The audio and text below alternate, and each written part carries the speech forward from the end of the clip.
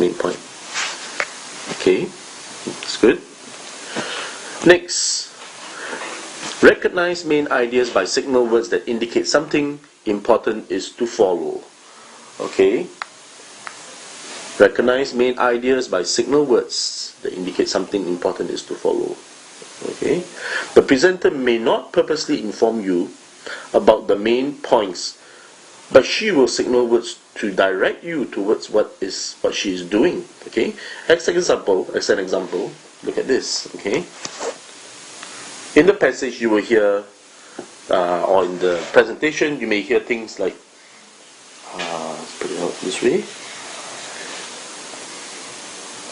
You may hear words like firstly, first, second, third, okay, or words like the significance of, okay, the impact of, okay, in addition. See, these words are, however, contrary, furthermore. Okay, now these words have to signal something important is going to follow, okay, or some main points will be said immediately after mentioning these words, okay, right? So take notes of these kind of words, all right? So listen to this passage and tell me if you're able to indicate and write out on a piece of note, okay, on your own, and see if you're able to indicate the words that indicate to you that the major points are coming, okay, and in it also try to practice writing out the points, okay, immediately after you hear these words being mentioned, all right? And again, learn to write your notes in point form, okay, in abbreviated form. Do not write the entire sentence, okay? So listening is important and summarizing what you hear is important. Listen to this. Chapter 4. The Asians. Genghis Khan was the greatest conqueror of all time. Today, we shall study how magnificently revered the Mongol army was and still is to this day. Firstly, the Mongolians were lightning fast in attack and totally mobile in the battlefield. Secondly, each warrior had 4 or 5 horses at any one time. Thirdly, they were deadly with the bow. They shot on the run, picking away but never becoming entangled in close in battle. Fourthly, they had intricate battle plans, with commanders watching from a high ground, using flags to maneuver troops. In addition, a full Mongol army never lost in any battle. Also, many historians agree that they would have picked the Roman army apart. As an example, in the Battle of Legnica in 1241, outnumbered 4-1, they crushed 100,000 Russian and German knights, and that was not the full army, only 20,000 to 30,000 Mongols. Furthermore, had the Mongols desired it, this Asian army could have conquered all of Europe, and Western civilization could well be reshaped to become Asian. Okay, so you heard that one about how revered the Mongol army, how revered was the Mongol army. Okay, so there are 2 parts. Okay, again, the first part was it had an excellent army. Okay, and it never lost any battles.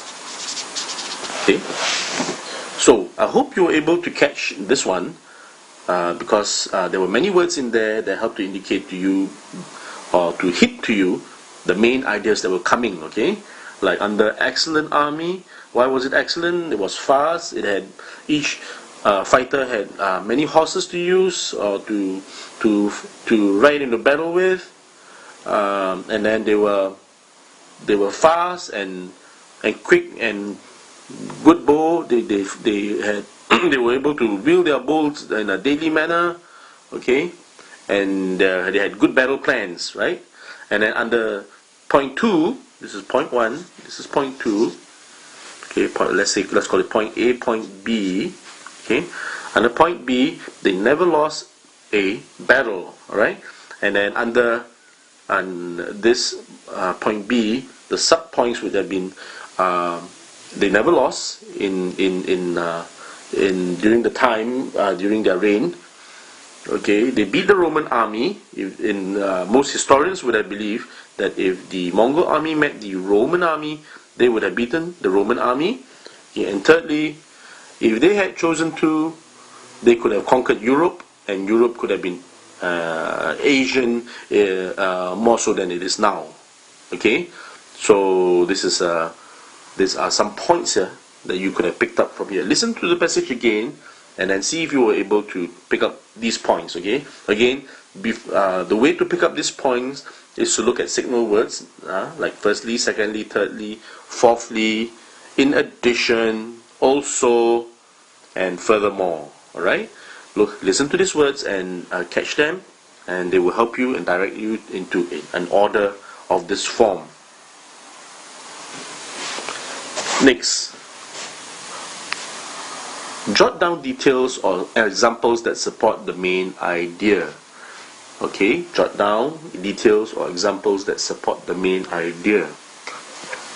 So now that you're equipped with the basics, okay, from the previous slides, you have been equipped with the basics.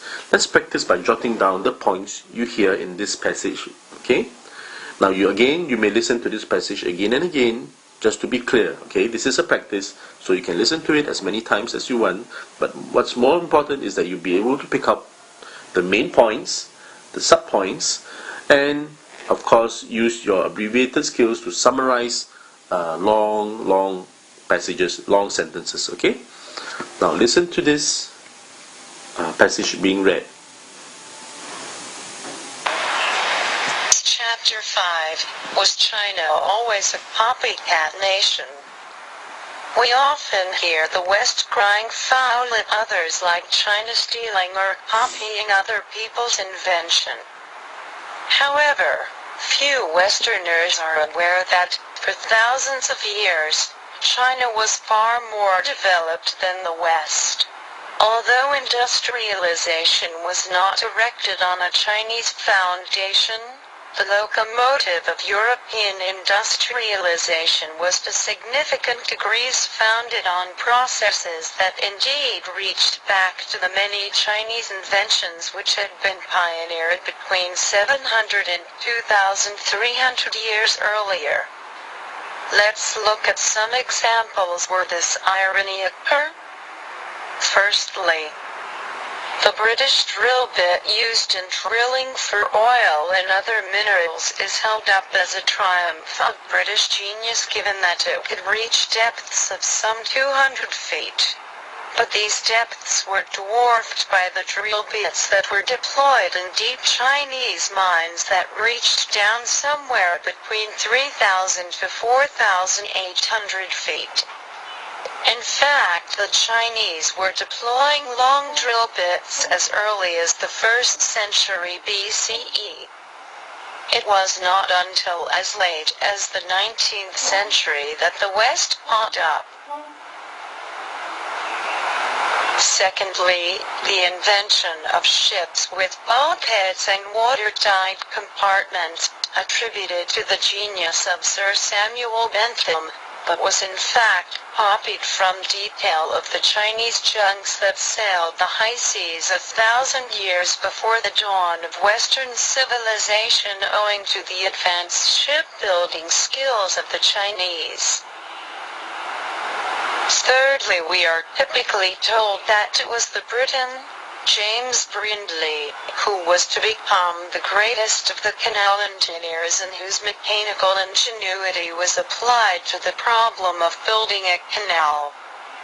However, canal construction with pound locks was a major feature of the Sung dynasty's economic miracle and was invented in 984 AD, just under 800 years earlier.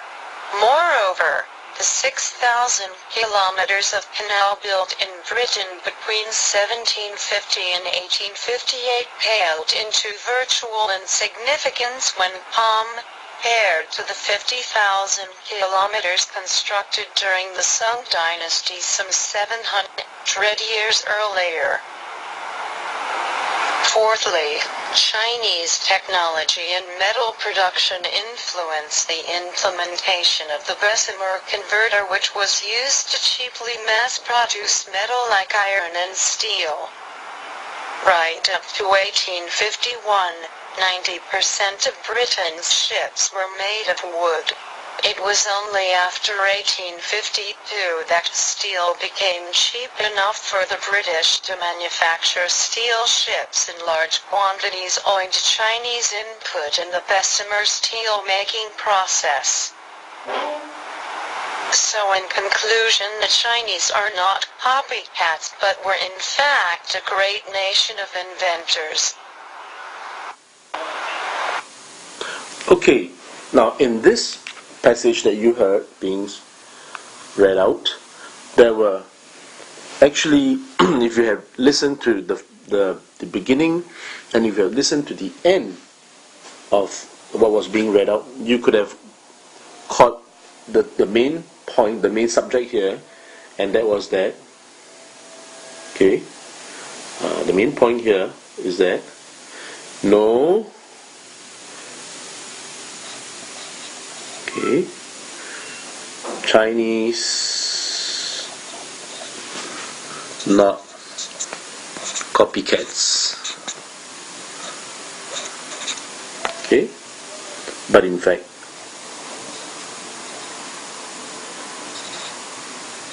were great inventors.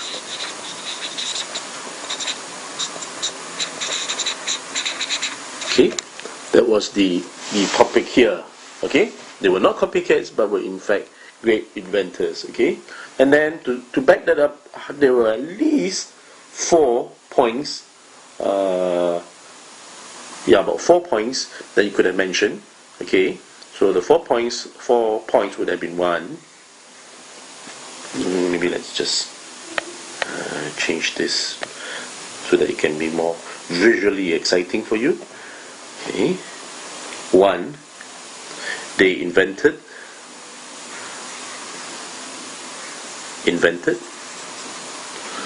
deep drilling.